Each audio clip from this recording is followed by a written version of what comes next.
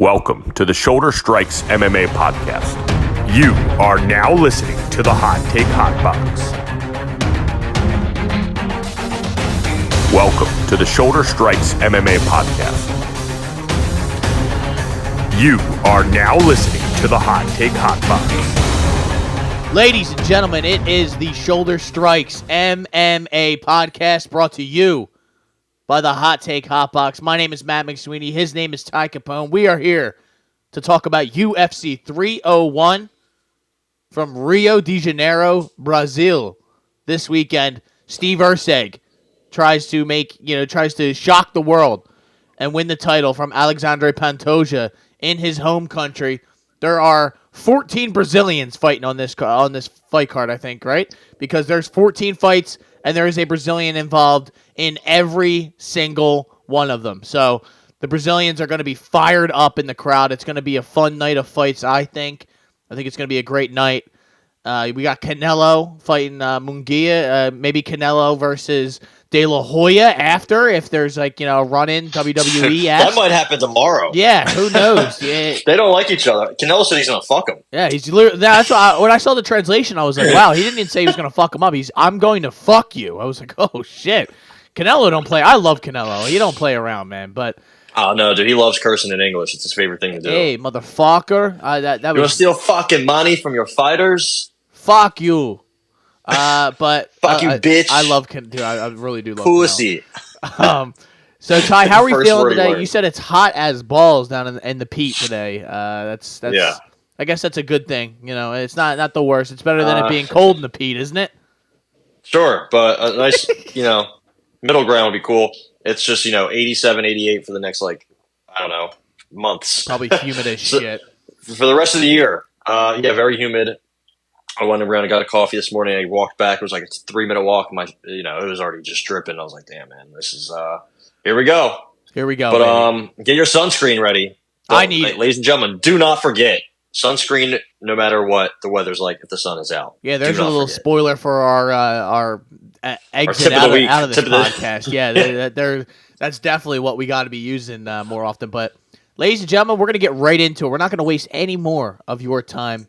Me and Ty are going to sit here and give you all of our picks, predictions, and bets for UFC 301. Like we said, headlined by Alexandre Pantoja, as you may say if you are John Anik or who knows what. Hopefully Bruce is in the building. We don't need any more. No, hopefully not. No, Joe Martinez. Joe Martinez would be killing these Brazilian entrances, though. Dude. Would. Yeah.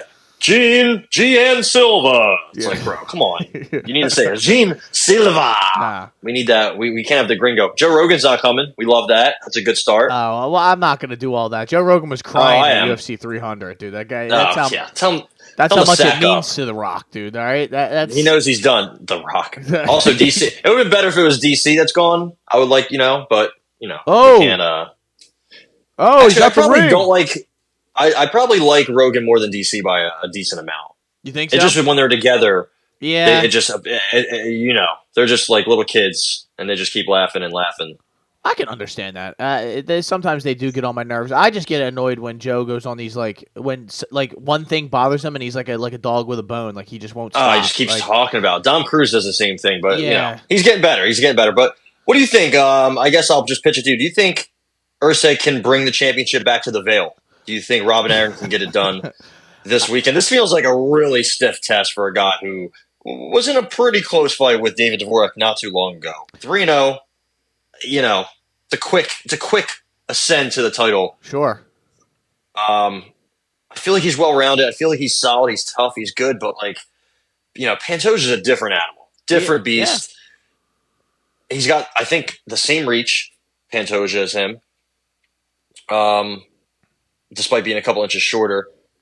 He is 34. He sometimes gets tired, but it seems like he rallies back. He has that second, third, fourth wind. I don't have too much of a deep breakdown on this fight. I just think Pantoja finds the back and subs him eventually. I think it might happen early, first, second, third round.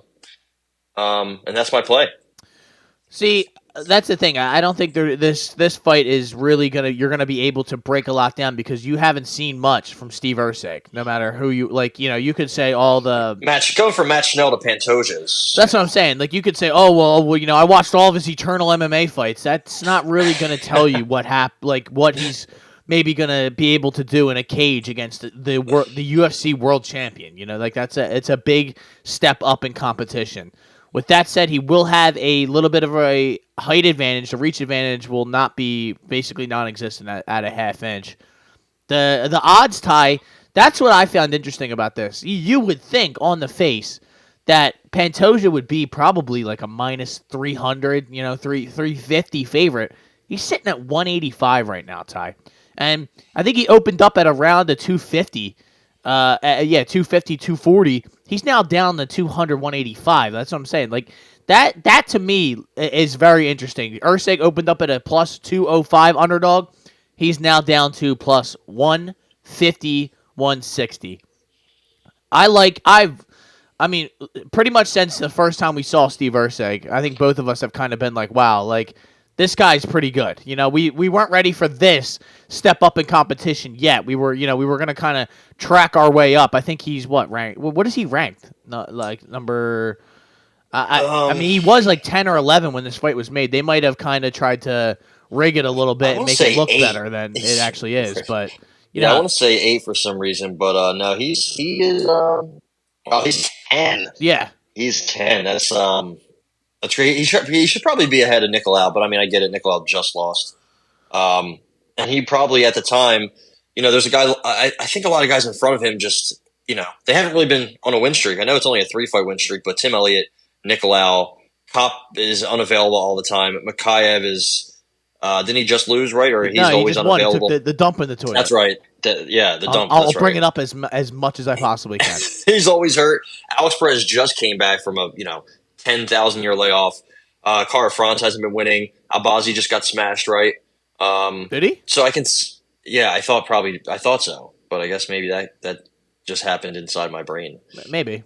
I feel like he pulled out of a fight. He beat Cara France in a very close one. So I guess that was a while ago. Because remember he was supposed to fight Moreno and he pulled out of the Moreno fight, and Royval stepped in. That's how that happened. Yeah, and nobody's been available. It seems like. So I'm not really mad at Erceg getting this fight. It was very late notice. No. I think he can win. I think the odds reflect that a little bit. He's young. He's hungry.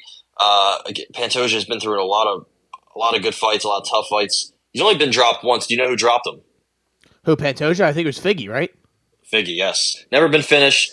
Also, Erceg kind of struggled at least a little bit to take down Alessandro Costa in a very good and close fight. He couldn't get Schnell down. I do like his striking. I know he only has a couple knockouts, and they came pretty much recently. But he does crack. He does have a nice hook. He is ready to scrap in there. I'm not sure if that's how you want to attack Pantoja. Also, I don't know if his wrestling, like I said, Pantoja has elite jiu-jitsu, one of the best back takes, one of the best chokes in the UFC, pound for pound, some of the best pound for pound jiu-jitsu. And again, he has power in his hands. Short, but he has looping long arms that lands looping hooks.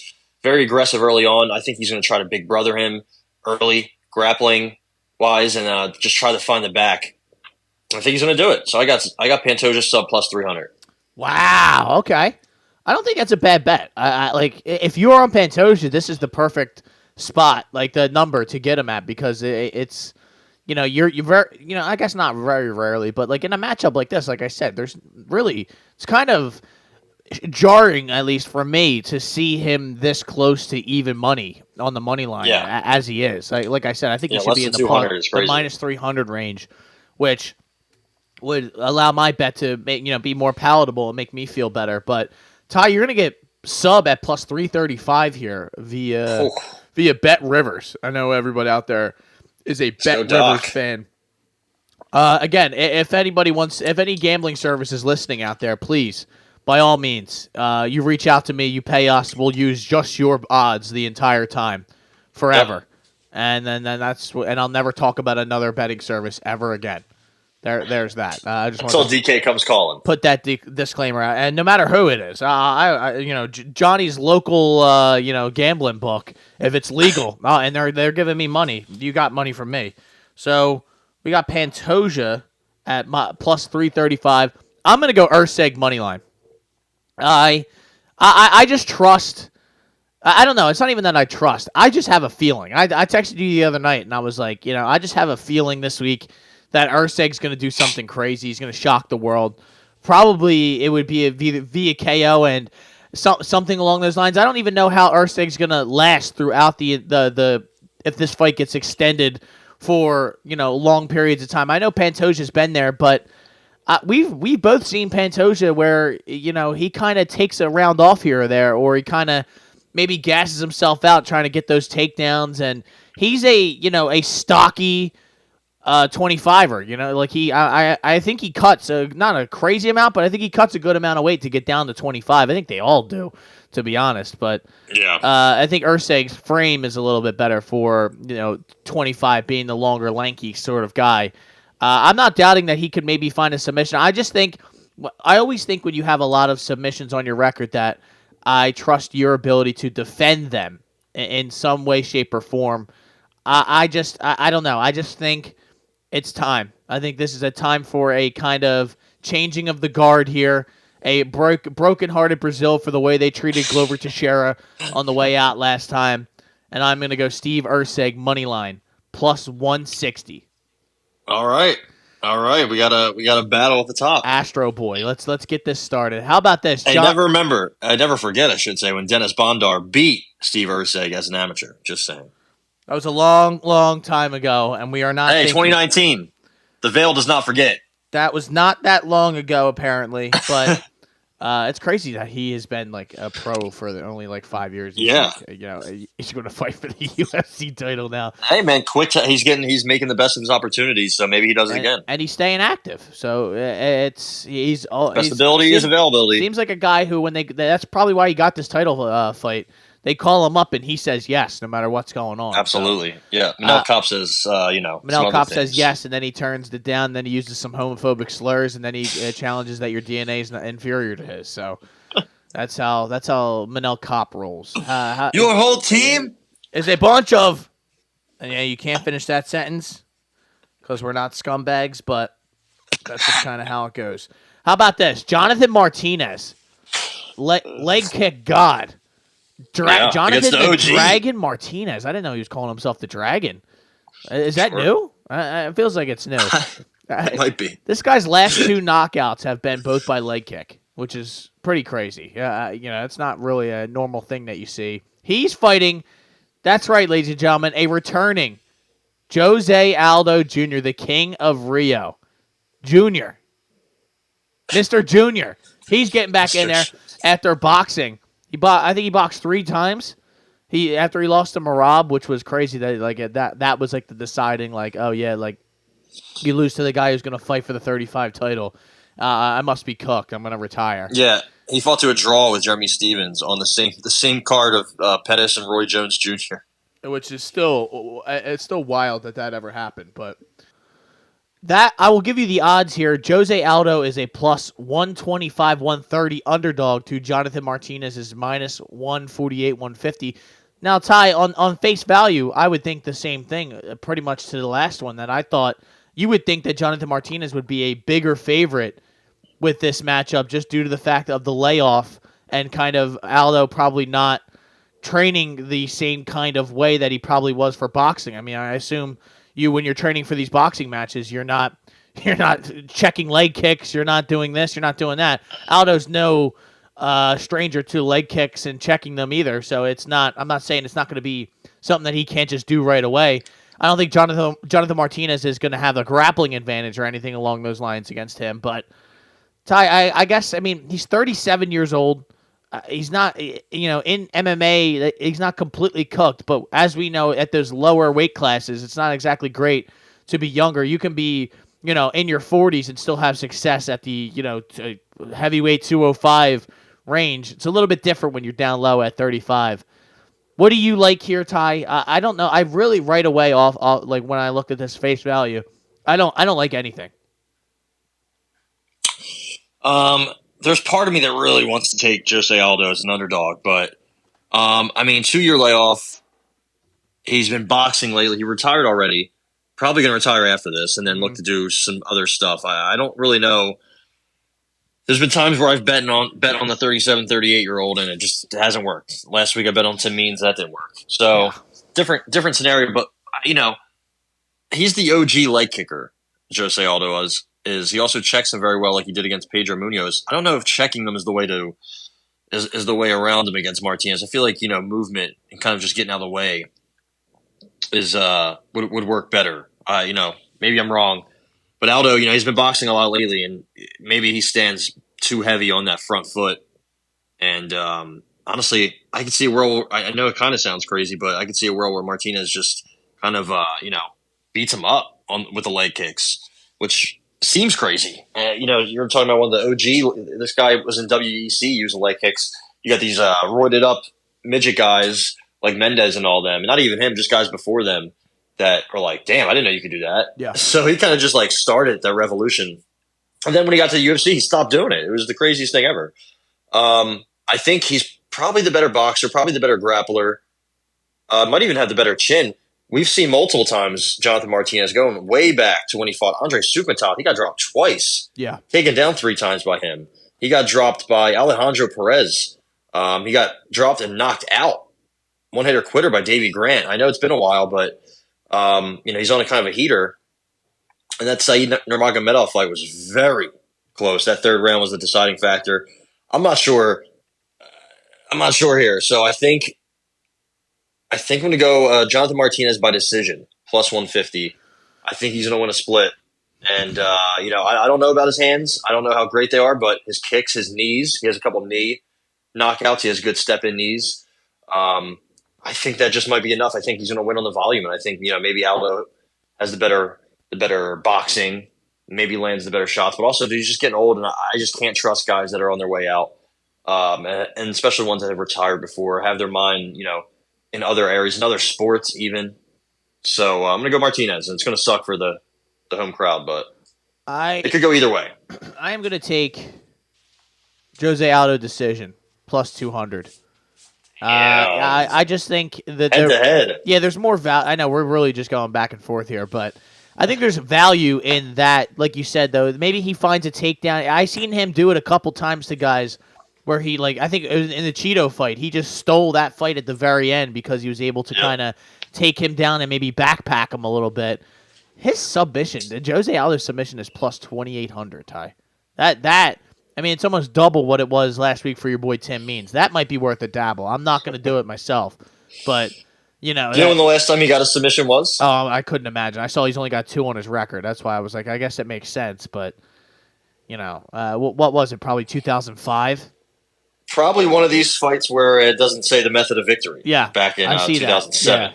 Yeah, so maybe he was in Jungle Fight. He actually only has one fight in Jungle Fight, and he lost. No, way back in 2005 to Luciano Acevedo, who maybe the fight was rigged. I don't know. You never know. Let's see. Was there anybody else on that card? I guess we can't go back and see. Maybe it didn't happen. It's possible that it didn't happen. I'm going to go with that. I wanted to do the Jose Aldo bet just because, but again, I'm coming off of a very different fight, very different fighter.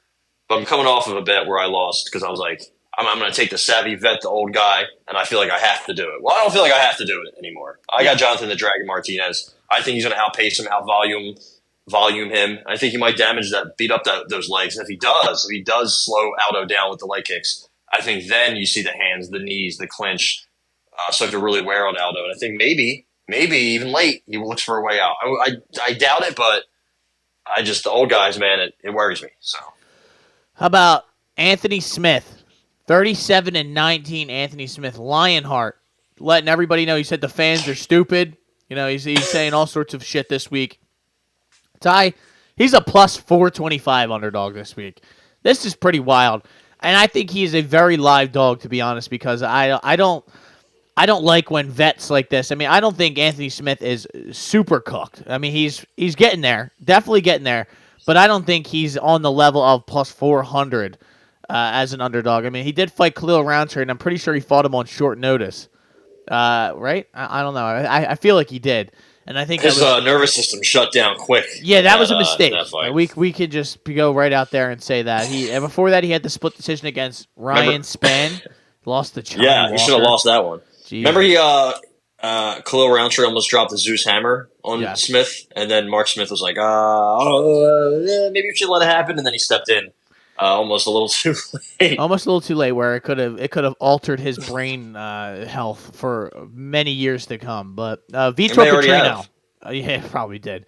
Vitor Petrino's 11-0.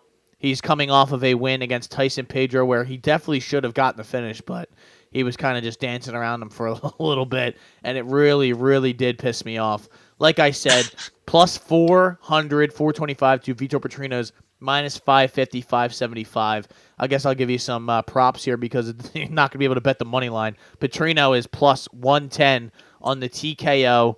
Submission is plus 650. And for him to win by decision is plus 245. So, Ty, is there anything that you like here? Right off. I mean, I know I said it last time, then I wound up betting something, but I really don't like anything here. I like Petrino by knockout. Okay. I like it a lot. I think that it should be minus money. I think Smith's cooked. Do you know how many times he's been knocked out? Anthony Smith? 10. 10 times in his career. So, it's kind of a crazy story. I mean, I know you look at his record and you're like, damn, that's a lot of fucking losses. And it is. But he's 12-9 in the UFC. And honestly, to have a record like that in the UFC, to fight some of the guys he's fought, I mean, his wins aren't the greatest, right? Let's look at his UFC wins. I think a lot of them can be, I know this might be unfair to kind of go back and pick at them, but, Andrew Sanchez, Hector Lombard off the juice, Rashad Evans, who was, cooked as fuck, Shogun, who was even more cooked. Volkan, I thought, was a good win at the time. Then he got the John Jones fight. Yeah. Gus was cooked. Devin Clark, I mean, we know about him. Jimmy Crute, that ended early. We also know about Jimmy Crute. Ryan Spann, we know about Ryan Spann. And then they fought a second time. And honestly, he should have got knocked out by Ryan Spann. So that was crazy. I mean, just go back to, when he was even way back in 2013, he made his UFC debut, actually, and got smoked by Braga Neto. And there's times in Strikeforce and all these Iowa, Illinois regionals, he was getting his ass beat. And just that's a lot of damage, a lot of punishment over a career. It's a long career. He has a career in broadcasting now. He's pretty good at that. I feel like some of these fights, it's catching up to him, man. That Roundtree uppercut left hook combo made him do, I don't even know what dance. It must have been something new that just came out, but it was bad. It was bad. It was really bad, dude. You got him inventing new TikTok dances on here and just fucking doing it. He made something up. I don't know, if that's something they do in Omaha, Nebraska, but I will say Vitor Petrino is very green now. He kind of makes it work. He's only 26, which is crazy. 11-0. He's got long reach. I think he's going to have some hiccups. Or, he's obviously going to take an L soon. Maybe it comes here. Maybe he gets a vet lesson. Maybe he gets sloppy and gets put in a submission. Smith has a lot of those dangerous submissions with a black belt, but he can also be taken down. He can also be controlled and beat up. He can also look for a way out.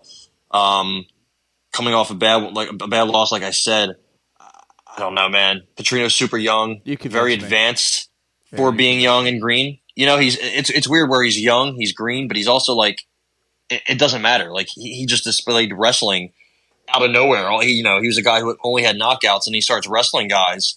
Maybe it's not the most technical, but he uses like a lot of power and strength. But dude, he's a brick shithouse. Kind of reminds me a little bit of Paulo Costa in the way where he kind of patches his holes in his game up. But he's much younger, higher ceiling. I think this is a super future top 10, top 5 guy potentially. I got Vitor Petrino by knockout, TKO plus 110. You said? Yeah. I think he gets it done. And you kind of convinced me because I didn't realize Anthony Smith had been finished in 50% of his fights via TKO, that's pretty wild.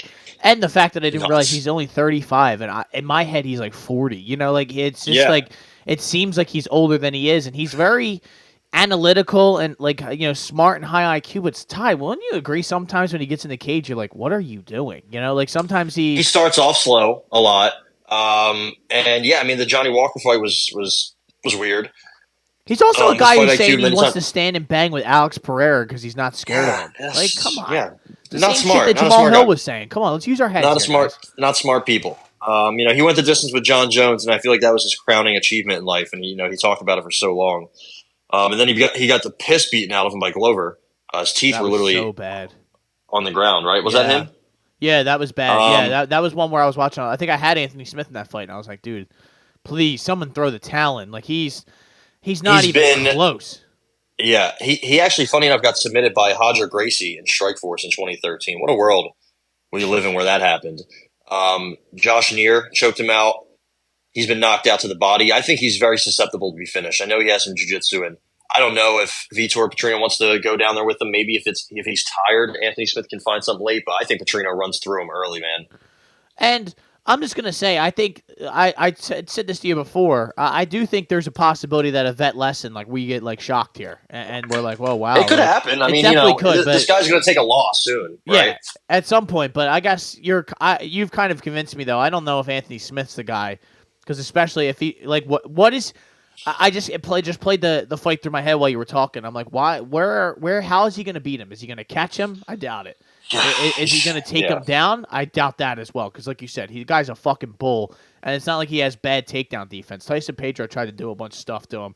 Plenty of guys have tried to do a bunch of stuff to him. They can't do it. So yeah.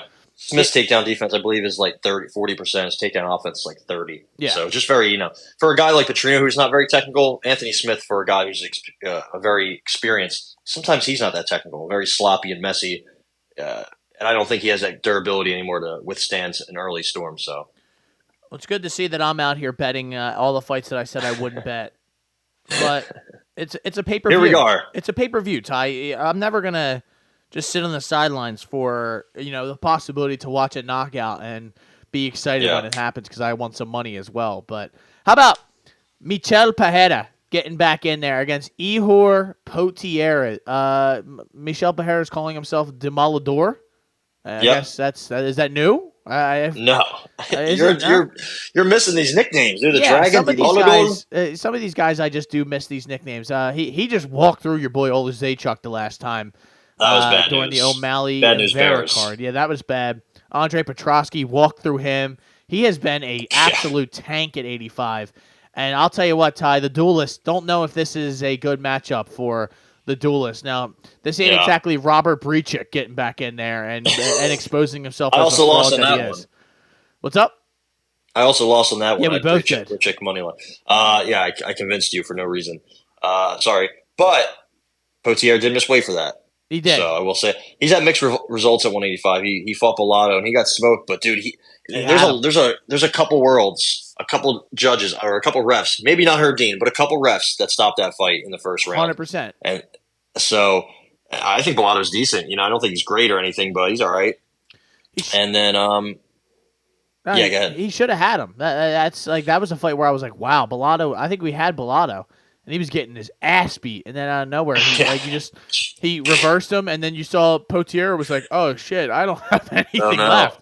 I don't know what to do." So I think Potier is probably up against it here. He's big. He's bigger, longer. He's got decent boxing, decent power, but his cardio is not good. His defensive grappling is really bad. Yeah. I think Michel Pereira, he's the ultimate showman, and he's in Brazil. I think he's definitely going to look to do something crazy. Maybe it's on the walkout, maybe it's on the fight, maybe it's both. I think he's just too fast, too powerful, much better grappling. I got him. I kind of want to do. I don't know. I kind of don't know. That's what I'm going to go TKO. Potier has been knocked out. He as soon as it gets tough, he kind of looks to shell up and cover up, and that's all she wrote. I think he's probably done after this. I guess he did just beat Britchik, but he missed weight. That'd be 3 of his last 4 or 5, 4 of his last 6. I got Michel Pereira by TKO, minus 135, I believe. Okay. And I don't think that's not a bad bet. I am going to go a little bit outside the box here, and I am going to bet Pereira submission plus 380. Just because I think he finishes him. I don't think there's good value with the TKO. You can get minus 115 on here via FanDuel. Shout out to FanDuel. Always giving me my odds. Allegedly. He just choked out Oleg Saychuk after hurting him, so you never know. That's the kind of what I'm thinking. Like I could definitely see this is a situation where I would love to take inside the distance, and I probably would in like a parlay to kind of just like Yeah. a parlay piece at minus 280, 270. That's good value to me because I think it's probably not a lock, but I feel good about him getting Potieria out of there, especially in Brazil. Like you said, the crowd's gonna be chanting "Voa Mujer." It's gonna be I really think it's gonna be a wild night of fights, but I like the number here, plus 380 submission, and that's basically all I got to say. And like you said, it's very possible that he cracks him. Potieria starts like wrestling and doing some crazy shit, and some darce or some crazy shit gets pulled out where you're like, oh shit, there you go, there he's done. And I think Pereira is just going to keep skyrocketing up those middleweight rankings. And we're going to be talking about another middleweight that's named Pereira that's, kind of making a random impact where you're like, holy shit, is this guy legit? Maybe he is. Maybe he's not. Who Maybe. knows? He's 30, so he's probably in his prime. I love how I press the back button on my one tab, and it just won't let me go back to forward on there. So that's great. Nope. That's awesome. So None for you. You have TKO. I have submission, and we keep it moving, ladies and gentlemen, to a Paul Craig fight night. That's right. The Bear Jew's getting back in there against Caio Barreiro. Caio, this is Money Moicano's lock of the night at minus 650 for Caio Barreiro money line. I wish I could do stuff like that, and people would call me a genius. Paul Craig plus 450, 470, Ty. Really, I guess we should, in situations like this, I should just tell you the odds. We got Paul Craig plus 1,800 TKO. That's my lock. No, I'm just kidding. Barreiro, TKO is plus 225. Submission is plus 225. Inside the distance is minus 125. I don't know. Ty, that TKO, that's shocking to me. That's that high. What do they think's going to happen here? Do they think that Paul Craig's going to find a way to get his neck or something like that? I don't know. This inside the distance, that seems like a nice parlay piece as well. Do you think Caio gets it done inside the distance? I mean, he couldn't finish a boost. He couldn't finish a couple other guys before say Chucky finished, but Chuck doesn't really have anything for him on the ground. Paul Craig's durability is garbage, though. Yeah, it's pretty garbage, but don't count out him finding some kind of triangle. Oh no, out of nowhere. Yeah, but he does keep getting these. He's just tough matchups. Muniz, elite jiu-jitsu. Brendan Allen, same thing. Caio Barreiro, same thing. It's just tough. It's tough. I feel like Barreiro probably gets it done by decision. That heavy. He's got a nice heavy wrestling pace. High IQ fighter. Doesn't take that many risks on the feet. Has good low kicks. Isn't the worst striker, but he's primarily known as a backpacker, right? One of the better backpackers, I guess. But sometimes he's too a little reliant on it. And I think Craig could be dangerous, possibly. The weight cut hasn't affected Paul Craig yet. Maybe it could. Who knows? I could see him getting it out. I feel like you said, his durability's waning. He's getting older. He's fighting down still at this age, so I could see Barreiro hitting some good elbows. Maybe if he can't find the neck or a rear naked choke, which is what he goes for. But yeah, I don't have a bet. I do have Barreiro. I would probably say by decision, but I could see a couple of different ways he gets a finish. All right, so he is sitting out this one. Your audio was fucked up a little bit there for a second, so I just wanted to make sure people knew what was going on. That was probably just the my bad. It's not even probably your fault. I think the trash Wi-Fi is, Kmart Wi-Fi. Yeah, my Wi-Fi is trash as well. So join the club. I'm gonna go Caio TKO plus 250 because I think Let's get it. If you're smart about fighting Paul Craig, you don't mess around on the ground. He's probably gonna lay on his back a few times. I'm sure Caio is going to, try and invite that at some point. But, hey, he is a fight nerd, Ty. And we have talked about how much we like. Those guys are good. Those guys are good. And I'm going to imagine that the nerd part of this is going to involve him being smart and kind of trying to keep this standing because Paul Craig's stand-up is bad. Caio's isn't incredible, but it's way better than Paul Craig's. And even if he maybe hurts him on the ground, maybe he goes into his guard or something and lands a couple shots. I just don't like the way Paul Craig responds to being punched, no matter what the situation is. He is not good at taking a shot. So give me Caio plus 250 TKO. And that is the main card, ladies and gentlemen. We are rolling through this. Half hour for the first 5 fights. Let's keep it rolling, ladies and gentlemen. How about this? Joe Anderson, Brito, Jack Shore. When was the last time we saw Jack Shore? Jack Shore is Been a while. He broke his hand. He had to Right. get surgery. So I think last time it was like a year ago when he Mr. fought Mr. Finland. Wow. It was a little dangerous in the first round for him. But you know what happens when Makwan goes to the second round. Shit. It's curtains for your boy. I mean, how many second round knockout losses does he have? 2?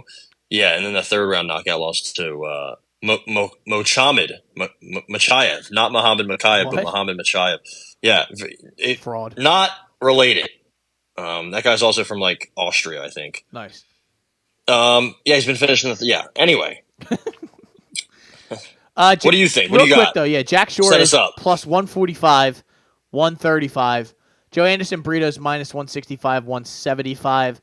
The thing, this is a very consequential, I would say, matchup here. Both guys, 29 years old, basically born the exact same time. 5'8", both 5'8", 1 inch reach advantage for Joe Anderson Brito. Joe Anderson has been a favorite of us on this podcast. We bet him in so many situations, but he hasn't exactly fought like a high quality competition. Yeah. You know, Weston Wilson, Lucas Alexander, Andre Feely, who's not terrible, but he's not on that level, and JSP the last time out. He's finishing all these guys, so that's a worthy thing. I gotta say, Ty, this might be just like a sit back and enjoy kind of fight. I like Jack Shore, but I'm not sure if he not to be kind of corny with that. Just to keep saying Shore over and over again. Sure. Yeah, I'm not sure about Shore. I don't know. I like this is a guy who. How many UFC fights does he have? 7. You know, and he's beaten everybody in front of him. He's got 3 subs, 3 decisions. He's only lost to Ricky Simone, who subbed him, and Ricky Simone is, pretty good, a ranked opponent. I don't know, Ty. Well, do you have a lean here, or let me just say, I probably would lean Joe Anderson Brito. I just don't know if he would be able to get a finish or something along those lines. So I'm probably going to stay away from this. Yeah, the hand surgery layoff kind of worries me. It's a tough injury to come back from, and Jack Shore has a good jab, and he uses his boxing pretty well. Decent striker, not great. I think his defense is a little bit of an issue. I think his punch power is a little bit of an issue.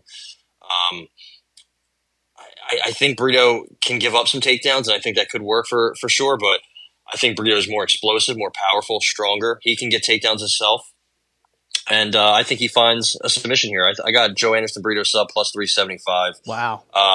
Jack Shore did get submitted once. His only loss to Ricky Simone. He almost got submitted by Hunter Azure when they fought a couple years ago, and he also barely won that fight. Who else almost subbed him? I think Timur Valiev had him in some trouble, even though, again, he won. He dropped Valiev multiple times, but I think it's a clear hole in his game, and I think he's not as strong as Brito. And Brito's ascending, man. He got JSP. I know it wasn't looking great up until that finish, but he finds it and he gets it, and it happens quickly. I got him by sub. I like it. I think get decent value. I just watched him get a sub when I needed him on the plane. I'll never forget that when I was on my way to KC. So that was good. And I think he does it again. It would be his first. Or actually, no. I'm sorry. I was about to say. I thought you said decision for a second, so I was like, it would be his first decision in the UFC for a win. But he also beat Diego Lopez on the Contender Series, which is pretty crazy. Great fight that was. Unanimous decision, but still, Diego Lopez. It's become evident the man is absolutely no joke. You're getting submission at plus 430. 430 via Bet Rivers. Thanks. Shout out Bet Rivers. It's giving us multiple juicy lines here so far on this podcast. And I'm going to stay out of this one, so we keep it moving. I can't. I just can't. I can't bet every single one. That's true. Karolina Kowalkiewicz, who has retired 17 times. She's getting in there against Yasmin Lucindo. What do we have odds-wise here? We got plus 320. I'm reading the wrong one. Plus 320, 300 for Karolina Kowalkiewicz. Yasmin Lucindo, minus 400, 410. Ty.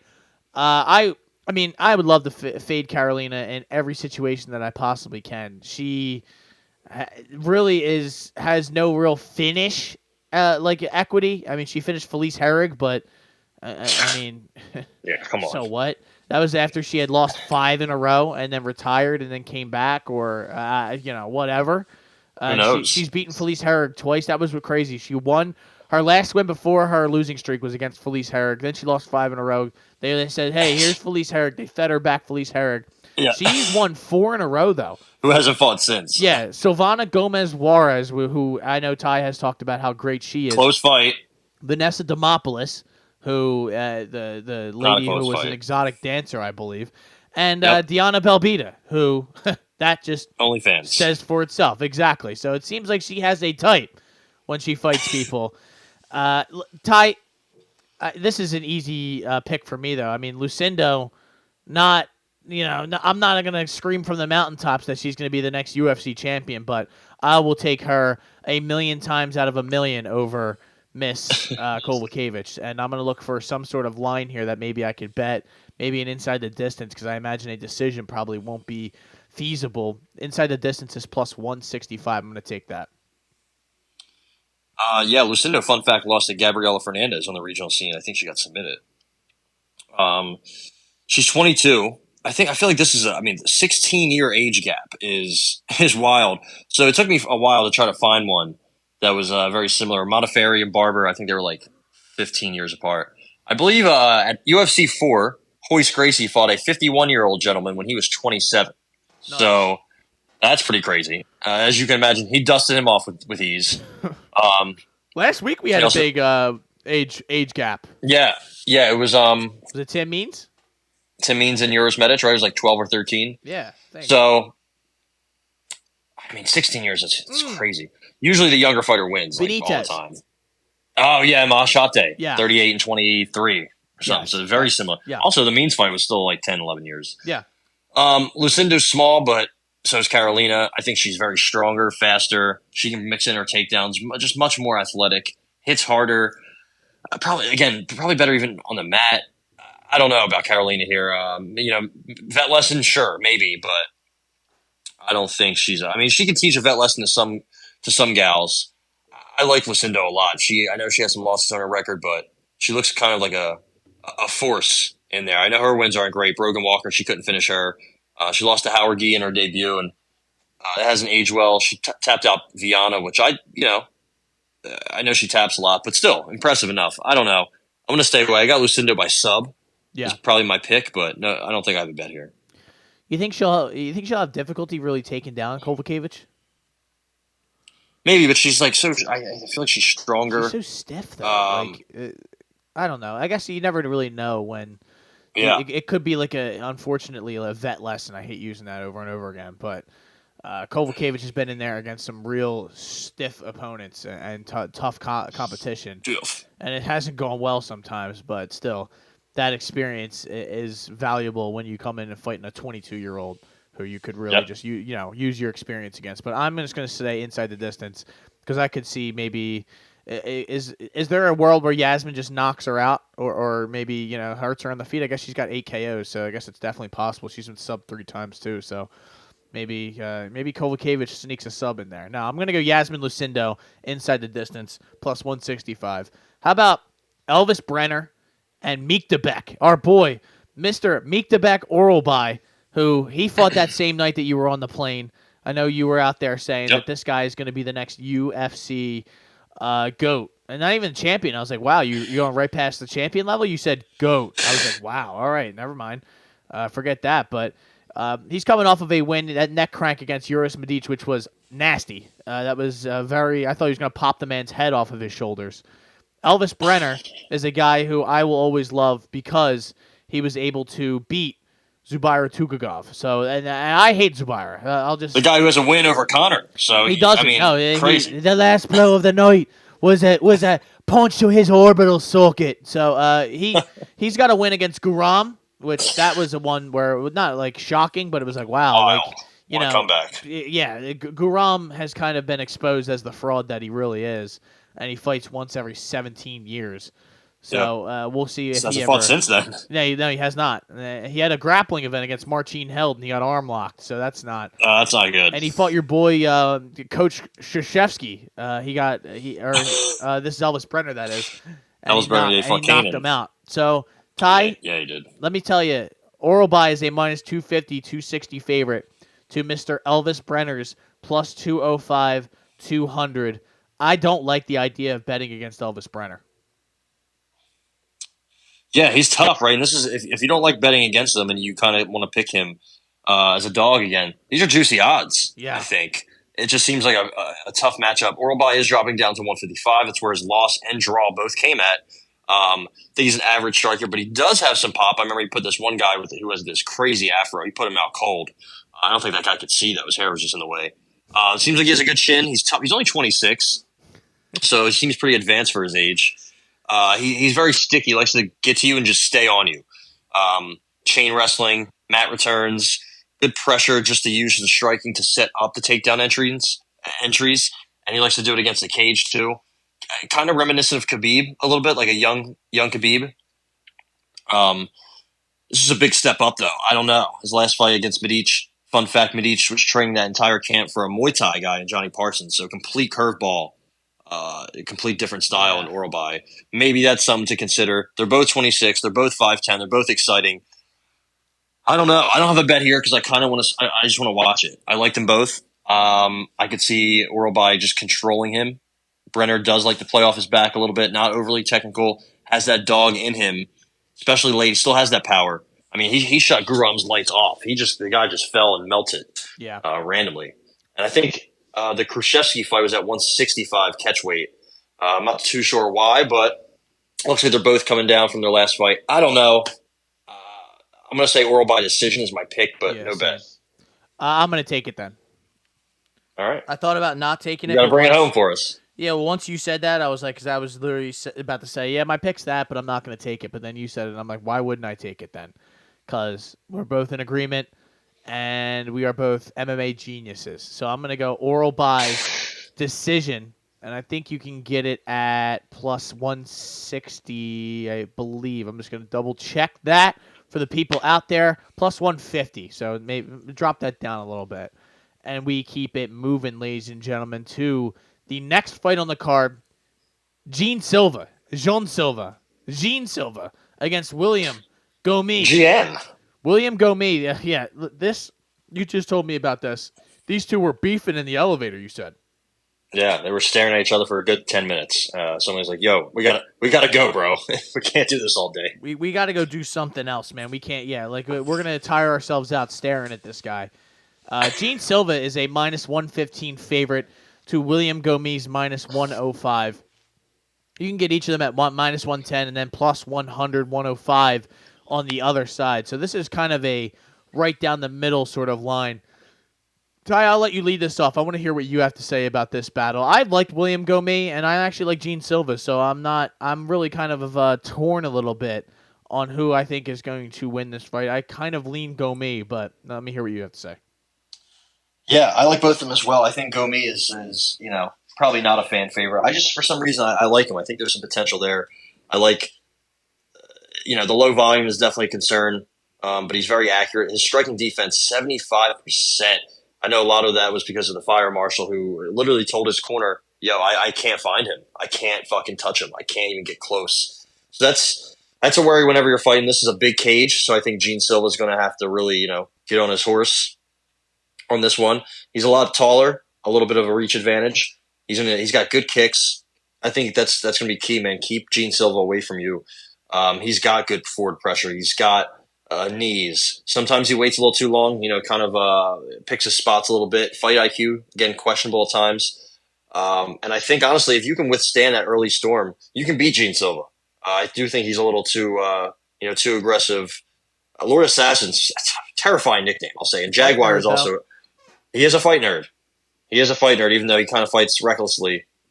Sometimes that's why he lost a couple of his fights. And he hasn't really fought anybody that good. I thought Vallejos, El Chino from the Contender Series, I thought he was decent. He's bounced back after those two fights to win 2 in a row, but against pretty much nobody's from Samurai Fight House. So who knows how well that fight will age? I don't know, man. I like Gomis' way to stay on the outside, move really well.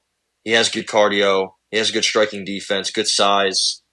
I think he actually has some wrestling upside too. He's got to be careful, but he can get some takedowns. I got William Gomez, even money. I got him money line. Let's do it. I'm with you. I like I said, I've liked Gomez's game for quite some time, and I just like this matchup for him. I think I do really like decision. I'm not going to take that because I'm kind of a coward. I kind of like that too, yeah. But never know. Maybe he hits him with a knee or something. That's what I'm saying. Like, especially with a Silva might go psychopath in front of all these people and try to go. Well, dude, put on might bark show. like a dog again. Yeah. Remember that when he fought in the Contender Series? Also, he had the slowest ring walk like ever when he fought Kevin Vallejos. So, hopefully we can speed it up this time. Yeah, we can sure hope so. But we'll just go me money line plus 100. And we will keep it moving to the next one, which I believe I don't even have in front of me, which I do have The other now. Jay Silva. Yeah, Joaquim Silva and Drakkar Close.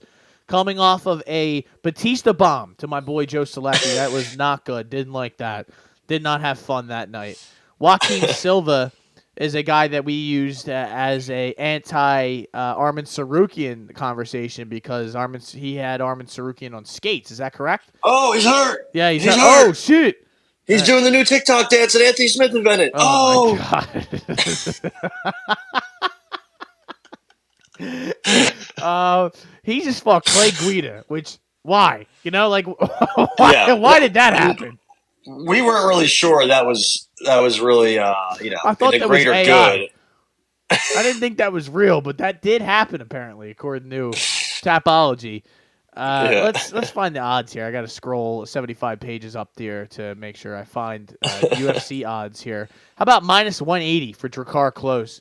Minus 185 to Joaquim Silva's plus 150 across the board pretty much other than a few outliers. So, Ty, listen, Drakkar Close almost got subbed the last time out, and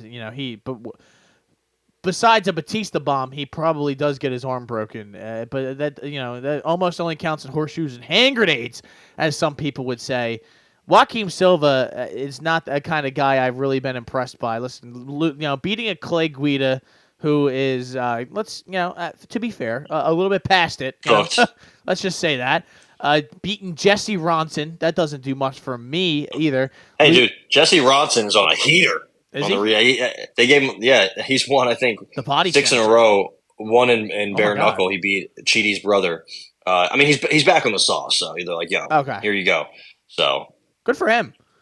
Hey, yeah, man, bring him back. Do what you got to do. Now, actually, if we're gonna let everyone be on the sauce, why not? So bring him back. Joaquim, do you like anything here? I think I lean Drakkar Close. I just don't know how he would get it done.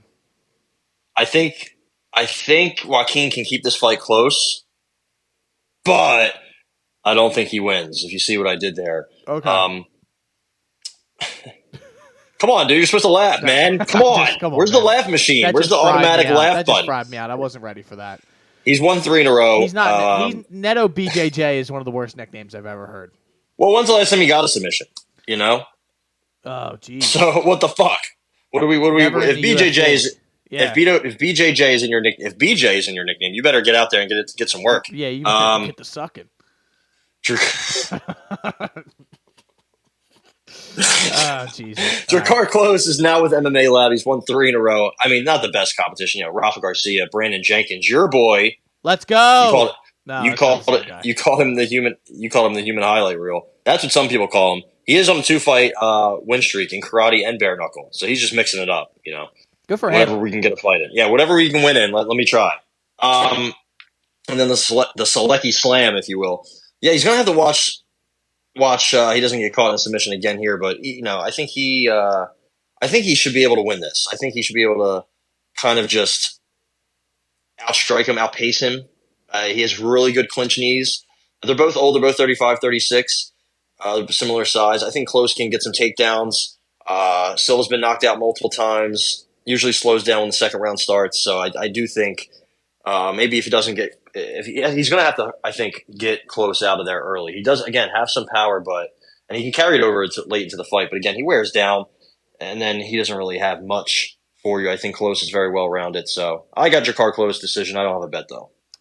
What do we have odds-wise here for a decision bet? We can get that at +1 or +200 close decision. I'm going to take that. Jakar Close. You know what, though? I don't know. Jakar wins a close decision. Yeah, Jakar Close likes to bring the fight to people sometimes, though. That's what worries me. He's ready to throw hands, throw bombs. His only loss in the UFC was well, not his only. Is that his only loss in the UFC? I'm not sure. I lost that page already. Who? But, oh no, he has 2 losses, but against He Beneil. lost to the Tamer brother. Oh, that's right. I forgot about that. But that he was Beneil the good fight, one who hasn't fought in forever. He had Beneil Dariush doing that TikTok dance that we were talking about, and then all of a sudden he Lionheart just flatlined. Yeah, the Lionheart. All right, we got it. Lionheart's gonna find out about us and just be like, "Yeah, what's he gonna do about it? Huh? Oh no, come on now. Yeah, I'll throw my bong at him and he might have a fucking seizure. But bring him on, Jakar. Jesus, I did not expect to be calling out a Lionheart the way we are today. But I'm gonna go Jakar Close decision plus 200. Let's get it. I need to bet more decisions. That's what I've told myself recently. And this pen that I have is not good. I need a pen company. No, not exactly, but just a a Boligrafo. I need a better Boligrafo. A La Pluma. We need a sponsorship. We need like a nice, the gel pens, the Sharpie gel pens. Those things are awesome.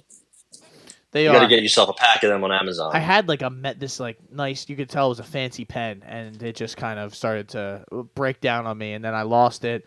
And somewhere in this house, but I can't find it right now. How about you had that pen where when it wasn't on, when the ink wasn't exposed, it was a lady, and then when you hit it to expose the pen for you to use, she got naked. Right? You had that kind of pen, I believe. No, I wish I did though. That sounds like a nice, fun, little quirky pen that I could use. How about Mauricio Rufy? Not that Rufy, the other kind. No Diddy. Jamie Malarkey. This is Malarkey that he's fighting again. He's 17-7. When was the last time he was out there? He got eliminated by Nasrat Haqparast, right? He's been getting eliminated a lot. Yeah, that was in December. If he's not fighting Francisco Prado or John Makdessi, it's kind of a rough night. The ghost of Makdessi. He probably should have lost to Michael Johnson. That was a close one. Yeah, well, it's bad that sentence is even being said right now. He's fighting Mauricio Rufy. Not that Rufy again. I want to make sure that we clarify. We don't condone that at all. Mr. Rufy is a minus 200 favorite to plus 180. Nah. Yeah. What do you think's going to happen here? I don't know much about Mr. Rufy. Are you aware? Are you familiar with his game? Are you a big fan of his? Yeah. He looks like a mini Johnny Walker. He's a mini Conor McGregor. That is what he is. Boy, so that's not good. How's it not good? He trains with the Fighting Nerds. He's moving down for 170. Very strong counterpuncher. Good footwork. He has some defensive issues. He can get hit, but I think he has a good chin. Moves well. He's more of a sniper when I think sometimes he should be an infantryman. So if you like that little saying, if you will. He waits a little too much. I wish he was just more active because, like his nickname says, he has serious power. One shot. He fought Islam Makhachev's boy on the Contender Series, and he got him out of there. It took him a little bit, but he got him out of there. It was a pretty good fight. He also stopped all the takedowns. His defensive grappling seems decent. Not quite sure about it because I haven't seen much of it. Maybe that guy just isn't good. Maybe Islam just throws him around. Yeah. Also, I'm not sure about his cardio with Rufy. He does have some late stoppages, but again, this is just a big step up to. I know Malarkey he's on a nice little skid here, and even his wins are questionable. And he loves the brawl, very hittable. His durability's it's going, but he's a tough test. Yeah, I don't know. I think I like him, and I think he gets it done. He also has the longer reach here. He's also older. I got Mauricio Rufy by TKO minus 110. Yeah, I would like better odds. I'll just say that. I know that's kind of like what do you mean by that sort of thing? I maybe would like to take like a TKO round 1 and 2, something like that, just to kind of maybe shorten these odds. But I'm trying to find them real quick, and they keep saying that I'm not valid in this state, which I absolutely am. I am, though. I am. I live here. I've gambled here quite often, more often than I'm proud to admit, and. Here we go. I finally found it. We got round props. Let's go round props here. Let's see. Alternate round betting. Mauricio Rufy round was 1 or 2. knocked out once. So I guess that could happen. But the It guy seems got like knocked he's out just by ready for the firefight, though. the guy he got knocked out by is probably going to be in the UFC. Well, he's actually, I guess he just fought in Bellator Champion Series after the PFL Challenger Series. So I don't know if he's a free agent or not. He was in CFFC. Manuel Sosa. He's very good. UFC should sign him if they haven't already. I mean, listen, you're signing all these other people. So I guess maybe Malarkey Sparks. But what do you got? I got Rufy to win by TKO in rounds 1 or 2 plus 140. I like it. It's not bad. They think it's going to happen early. I also do. I mean, one shot, that's his nickname. I think that's all he's going to need. Malarkey, usually when he gets hit, he doesn't recover well either. It's one thing if you get hurt a lot, but if you can't really recover, red flag. So, big time red flag. And you are going to get a TKO bet in there at, I believe, plus 100. So, all right, we'll take the even money. that is not a bad bet, especially for a guy who looks like Johnny Walker. How about this? Dion Barbosa. I don't know much about Miss Barbosa, the witch. She fought on the Contender Series, if I'm not mistaken. Yeah, same week as Gene Silva. Right, and okay, she armbarred this girl. She's the jiu-jitsu 6 days notice practitioner, right? Is that? Am I mistaken in that or no? Yeah, she's I think judo black belt and I think a judo Olympian and a Brazilian jiu-jitsu black belt, I believe. I think she fought the girl Rain on very, very short notice. It was supposed to be that fucking that Canadian chick. I don't know her name, but she's not good. She's fighting. Good luck with this one, Ernesta. Carrot cake, dude. Carrot cake. Carrot cake. Carrot cake. Carrot no, cake. It's carrot skete. Carrot skete. Okay. Heavy-handed. Oh, hey there. Heavy-handed is getting in there. She just got into a split decision against. It's crazy how your name's heavy-handed, but you haven't knocked anyone out since 2019. That's a little questionable. Lots of split decisions on here. How heavy are your hands? Listen, this one I don't like. I don't like what I'm seeing so far from Mrs. Karaskete or whatever the fuck her name is. She's plus 200 to Diana Barbosa's minus 225. Get that shit the fuck out of here. I'll just say that. I think this woman has no business being in the UFC. I'm gonna be so disrespectful to her. I don't care. Jesus. I don't really give a shit what she has to what she has to offer. Fuck her betting ability. Main event: Tyler Capone against Anthony Smith. Co-main: Ernesta Karaskete against Matt McSweeney. Let's go, fuck her. I have no respect for her game whatsoever, and her country. Oh, well, what even is that? What Lithuania. Okay, whatever. Who gives a shit? I'm gonna go Diana Barbosa, and I don't know how. I think she might find a submission of some sort, so I'm gonna go Barbosa submission plus 260. Well, it's funny enough. Karaskete had one of the best Contender Series fights probably ever. Definitely one of probably the best women's Contender Series fights when she fought Carly Judice, who very green, but she fought pretty well. All they did was it was kind of crazy. They were just rock'em sock'em robots. Judice also got signed to UFC. She's from Louisiana, so watch out for that Louisiana fade. She's I forget who she's fighting, but she's fighting somebody. Gabriela Fernandez. Oh man, she's probably gonna win that one. So never mind. But who knows? We'll see. Yeah, I watched that fight. Karaskete, she's kind of crazy. She just spams, strikes. I mean, again, that fight, she attempted 440 strikes. Judice attempted 311, and some decent accuracy too for both of them. So defense is optional, that's for sure. The problem with the problem here is I don't think she's really been tested in her jiu-jitsu and her ground game. She's a Lithuanian kickboxer. The deal with primary kickboxers. If they fight somebody with some jiu-jitsu, it's probably over. She's tall. She's long. She might be stronger, but she's also younger, more green. Barbosa, I think, maybe she struggles to get one of those judo throws or takedowns. But again, I don't know if Ernesta's really been, challenged on the ground much. And even if she has, it's definitely not by a judo Olympian. And I think she's pretty good at finding subs, transitioning to get other subs. And Karasketa, for being called nicknames heavy-handed, she doesn't really hit that hard. She landed all those strikes. That girl Judice was tired in the third round. She couldn't even really rock her at all, honestly. She kept coming back. She kind of reminds me of Diana Belbita.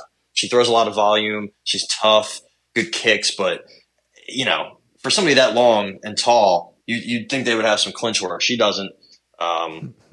She actually ate some clinch elbows from Judice. So, again, I don't think maybe she's UFC level. Maybe she can get some girls out of there, beat some low-level girls, but I got Deanna Barbosa by sub, plus 215. Let's go. 260 on here.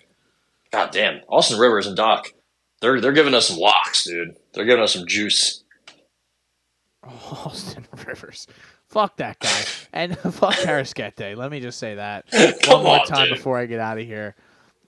She's cute. She's nice. Game is She's trash, sweet. dude. Her game is trash. All right. Ishmael Bonfim getting back in there against Vince Pichel. Vink, as some would say.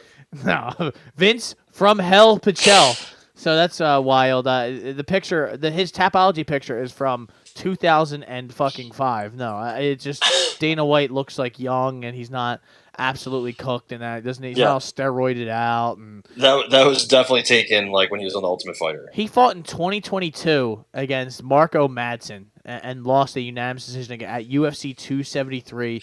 He had 3 fights lined up. Jesse Ronson, who has since gone on to do steroids. Benoit Saint Denis, who would have started digging up the octagon and put him underneath of it. And then you got Ishmael Bonfim. Bonfim, he's not the better of the Bonfim brothers. That's fair to say, right? I think we have come to that conclusion, yeah. I think we've come to the conclusion that maybe the Bonfim brothers aren't as good as we thought they were. Maybe that's just me, but actually, though, this might be the okay one, though, because he's also got put underneath the octagon by Benoit Saint Denis at one point. This seems like a lock tie. I don't know much about this Bonfim brother, and I don't know what, like minus 500 favorite, obviously. I just don't know how it happens. That's where I struggle with here. Does he just eliminate him on the feet? Does he go to try to take him down? I think it's probably going to be a TKO, but what do you think? I got TKO. Okay. Yeah, I think, when he hit McKinney with that nasty knee, this is just a young, hungry, tough guy. And Pichel, long layoff. He's well-rounded. He's tough, but he's not dangerous. He's 41, I think. Yeah. I think it's just, he's only has a couple losses, but he's had some very careful matchmaking. He fought Harmless Hubbard. He fought Gillespie, ran through him. Kopylov slammed him. Iaquinta smoked him on the Contender Series. He's just not very – he's just old, man. He's old. He's, solid, but, he's starting to lose it. And Bonfim is young, hungry, dangerous. I got Bonfim by TKO. Bonfim TKO plus 175. Let's go. And I think we got one more left, Ty, to discuss. And starting off. This one. That's actually a pretty good fight, though. Alessandro Costa, Kevin Borjas, who you've told me that Kevin Borjas is elite. I will not read his nickname. I'm okay with that. He just lost to Joshua Van in November at the Prochazka Pereira, which I thought Van was going to finish him. Borjas took quite a beating in that fight. He looked good too. He landed his own first round. Yeah, it was a good fight, I would say. Alessandro Costa is a guy I watched him knock a guy out in 5 seconds on the regional scene. I don't know if it was CFFC or Lux. I think it was probably the Lux Fight League it was Lux Fight League. He knocked out a Carlos Gomez in 12 seconds. Came out, makes his UFC debut against Amir Albazi, which is talk about getting fucked on matchmaking. Yeah, it's a little tough. And then he beats Jimmy Flick, and then he gets Steve Erceg. So this guy hasn't exactly been handed some easy wins, other than maybe that Jimmy Flick one, which everybody can knock out Jimmy Flick if you don't get triangled first. He is a minus 130 favorite to Kevin Borjas' plus 115, 110. Ty, I don't know what to think here, what to like here. I like both of these guys, and I really have liked Alessandro Costa. One's 28, one's 26. They're pretty much the same size. What do you like here? Oh, I don't know. I think maybe I want to take a shot on Borjas as a dog, but yeah, the Van fight wasn't great. I know he had he had a good start, but And the Diaz fight, he got taken down a bunch of times. It was on short notice, and he, outstruck him easily.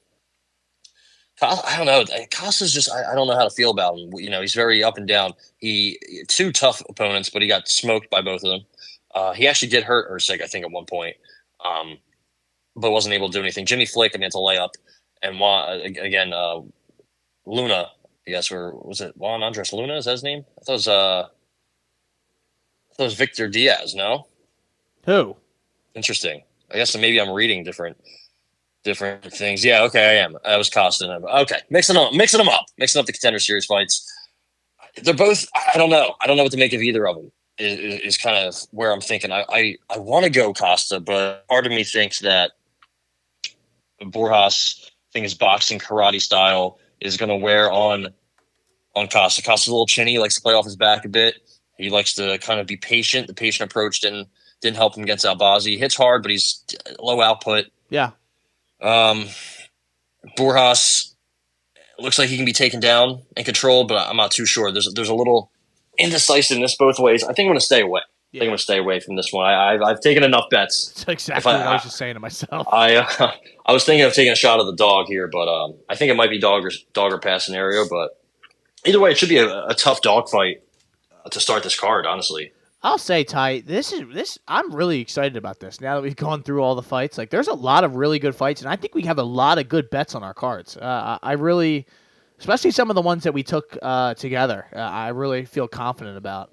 Go Me money line. The prelims have a lot of really good bets on here that I like, and I know that at the top of the card we're kind of, we're going in different paths, but maybe one of us, hey, maybe one of them, maybe your sub hits. Maybe my Allo decision hits and we all make money. Maybe there is an opportunity for all of us to make some money, Ty. That is UFC, I almost just said Vegas, but UFC 301 from Rio de Janeiro. I'm surprised they put it in Vegas, huh? Yeah, I'm surprised we're not fighting this at the Apex just to save some money. We like Las Vegas, Brazil. It's like, well. Fighting!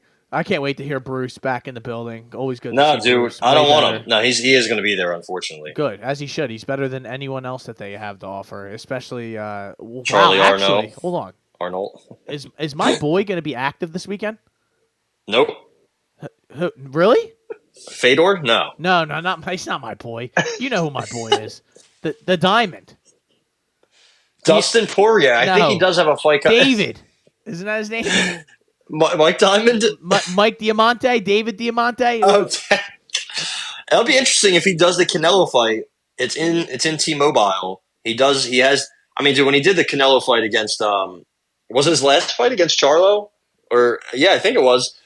Oh, Saul Canelo Tijuana Jalisco Cholula. I was like, yo, I'm fucking fired, dude. Up. Especially when he did the Triple G one, I was fired. That's up, right. Dude. So we might see him in the boxing card. I'm sure that's going to happen late, maybe even late. Dude, sometimes we see Canelo asleep and we're like, yo, bro, you got to fight soon. He's like, damn, dude, 3 a.m.? All right.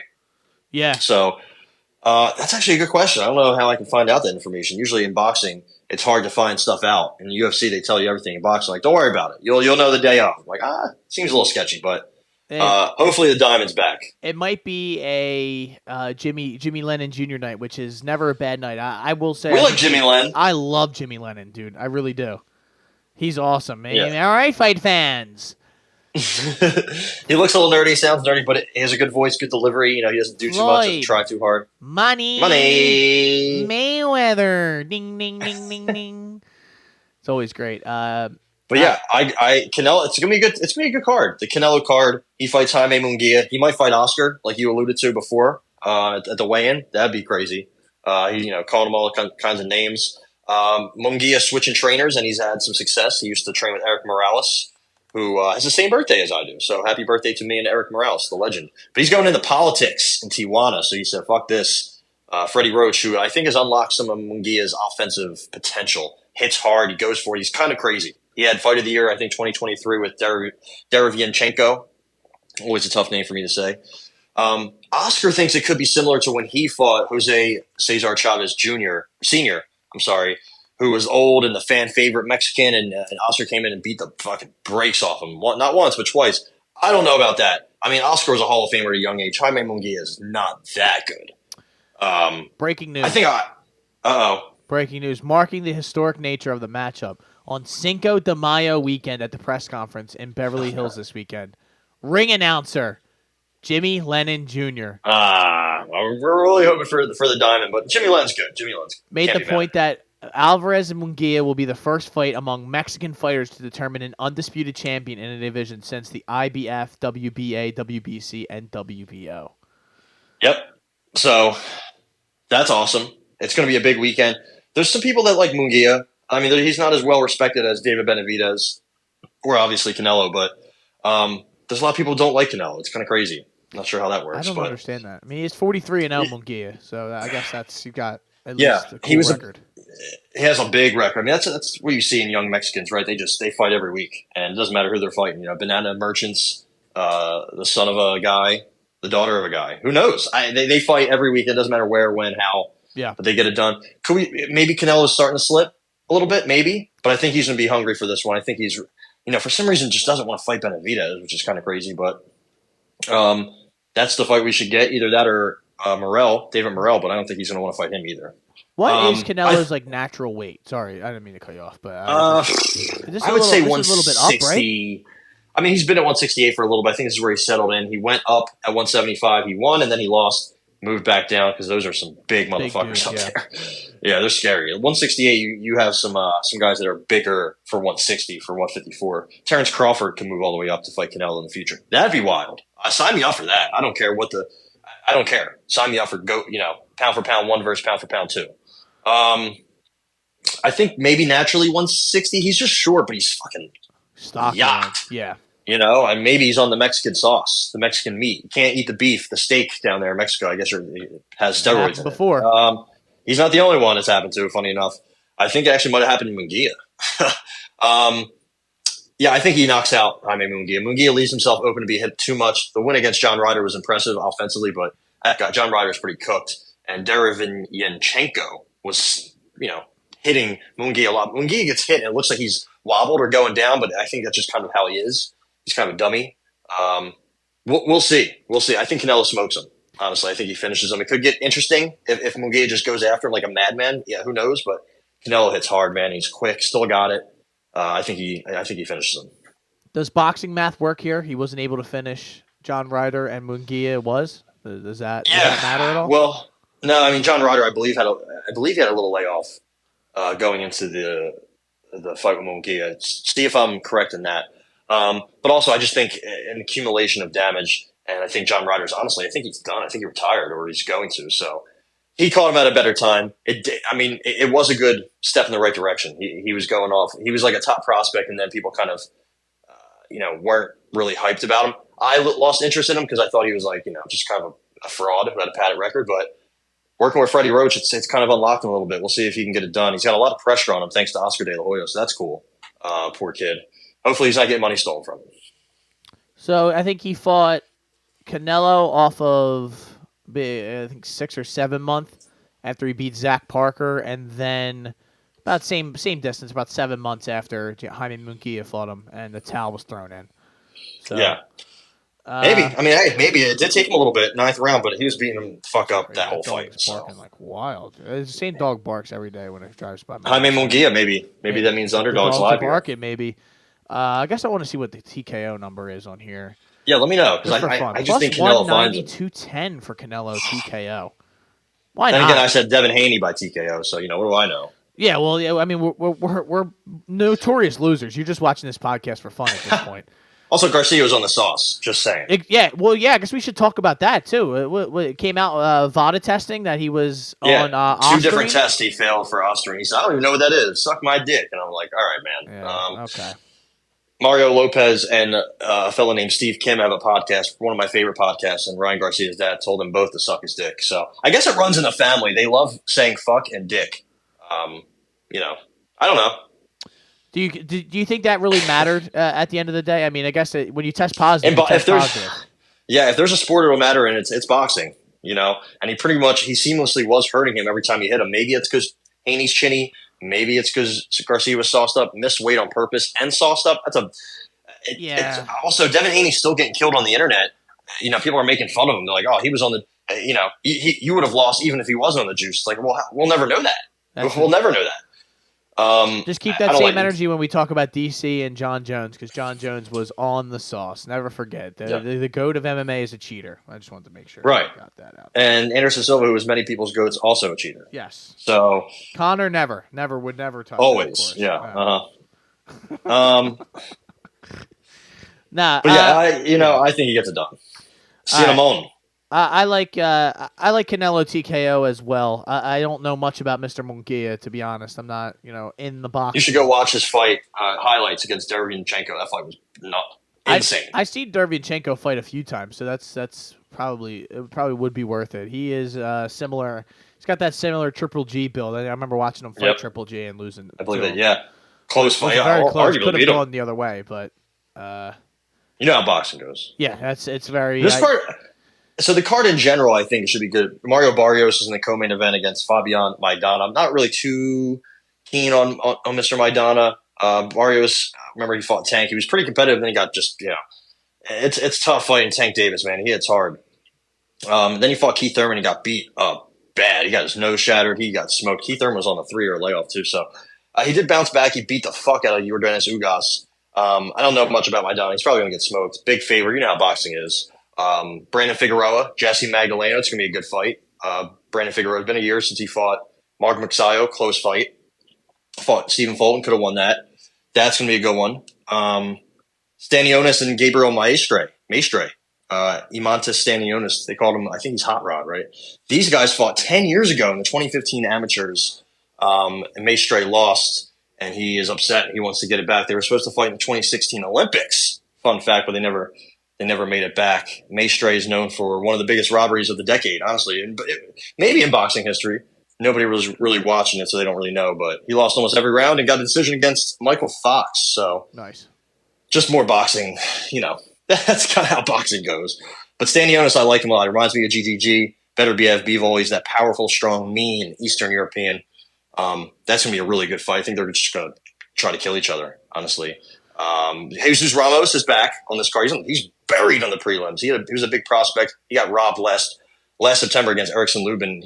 All I needed was him money line and a parlay to hit. And for some reason, they gave the fight to Lubin. That was the craziest thing I remember watching. I was not happy. Still not happy.